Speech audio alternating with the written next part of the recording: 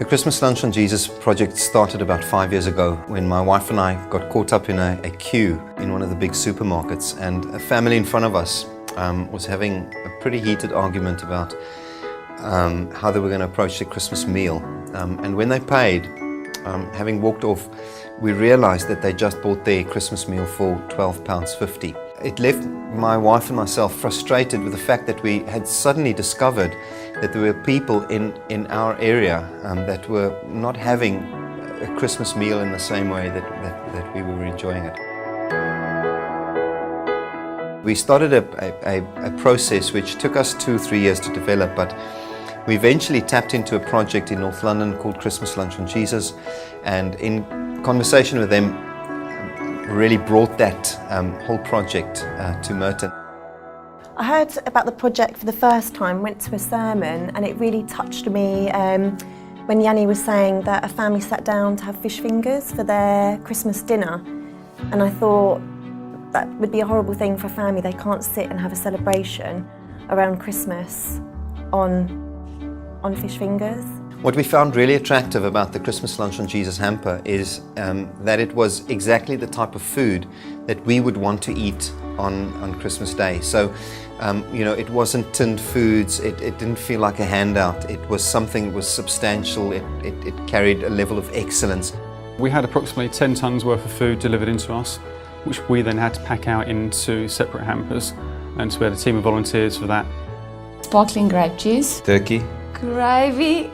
Yes. Each one of these hampers is worth probably between £50 and £60. It's a great way to support people over Christmas time.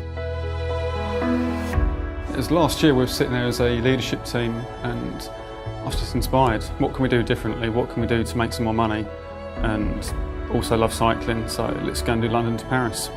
So I contacted a few companies, found people that actually organised it for you, and after drilling down a bit, actually find out the amount of money they take out off the charity, and started to go back and work it all out for myself and realise I can do it for an awful lot less money than they can. And it all started from there. That was the dream of it, and it all happened. 9 riders last year, raised roughly £10,000 in total. It's amazing. So we actually got involved on the fundraising side as well as volunteering. We were entered for a half marathon on the weekend that the London to Paris cycle was going to take place, and we just really felt in our hearts God is saying, we love cycling, why can't we use our passion to help others.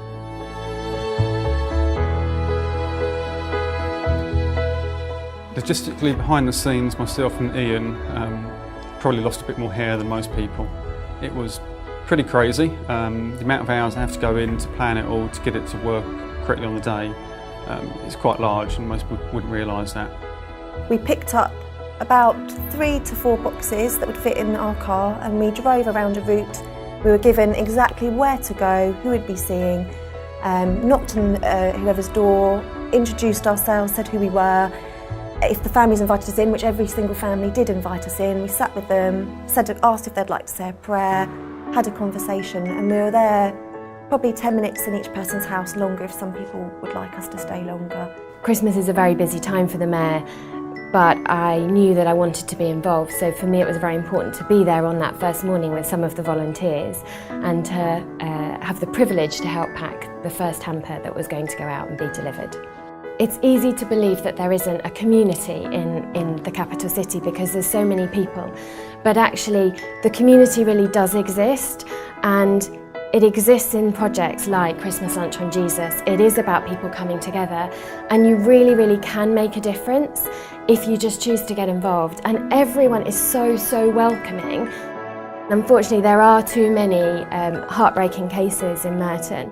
We have a population that's approaching 250,000 people, so it's huge. We're still one of the smaller London boroughs, but actually that's a lot of people. And so when you think about we delivered hampers to 500 families, that's amazing.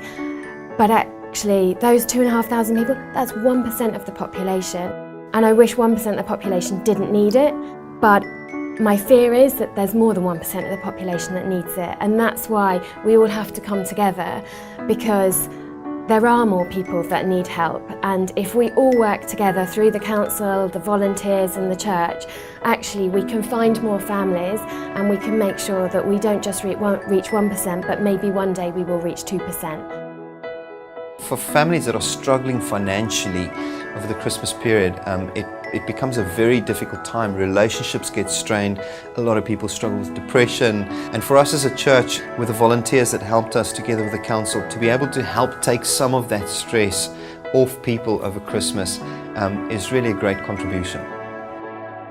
The dream really goes, I think, beyond that. Wouldn't it be wonderful to see in every borough and in every city of our nation people sharing the love of Jesus with a great Christmas lunch on Him.